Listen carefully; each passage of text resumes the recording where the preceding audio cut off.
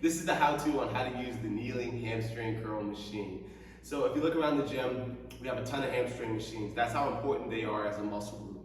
A good time to add this into your routine is a closeout as a form of accessory work. So maybe after a big lift, after your deadlifts, after your squats, after your hip thrusts, this is a great thing to do at the end because you're going to fatigue the hamstrings. Hamstrings do a lot in our low box squatting and a lot in our hip thrusters. So I would put this at the end of the routine or on a recovery day. There's a couple of adjustable pieces here.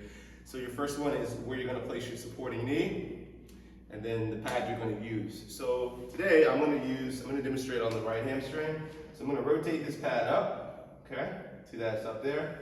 I'm going to climb into the machine easy. This leg goes in the back. I'm going to kind of find a comfortable position. And I want you to think about two forces, like force pressures. So we're going to drive actually our thigh into this pad. So I'm going to drive my right thigh into that pad. I'm not going to just curl the leg. I want to actually apply a little bit of forward pressure on that thigh. I'm going to flex my toes where I pull my toes back to me. Keeping that forward pressure, I'm going to curl up to 90, slight pause, and then back slow.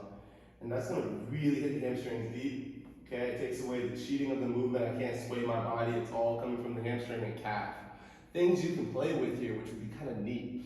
You can point your toes as you come up, so you can keep the toes pointed away from you. You can flex the toes like the first demonstration where I pull my toes back.